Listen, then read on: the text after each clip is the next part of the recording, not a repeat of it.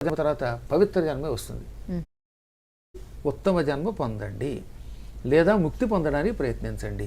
దానికి ఒక శ్లోకం చెబుతాను, రోజు అనుకుంటే గ్యారంటీగా ఈ మానవ జన్మ తర్వాత పవిత్ర జన్మే వస్తుంది. శంకరస్య చరితా కథామృతం చంద్రశేఖర గుణానుకీర్తనం నీలకంఠవర పాదసేవనం సంభవంతు మమ జన్మ జన్మని.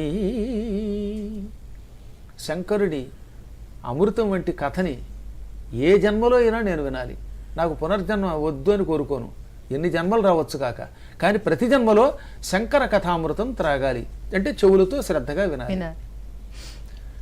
ఆయన పాదసేవ చెయ్యాలి అనగా ఆయన భక్తుల్ని సేవించాలి, ఆయన గుడిని సేవించాలి, ఆయన శివలింగాన్ని సేవించాలి, శివమూర్తిని సేవించాలి. ఆయన గుణాలని, మార్కండేయుడు వంటి మహానుభావుని రక్షించిన గుణాలు ఉన్నాయే ఆ సుగుణాలను కీర్తించాలి. ఇవి ప్రతి జన్మలో కావాలని కోరుకోండి. దీనివల్ల లాభం అయితే ఉత్తమ జన్మ వస్తుంది లేదా ముక్తి వస్తుంది. అద్భుతం అండి. కాలర్ రెడీగా ఉన్నారు. హలో.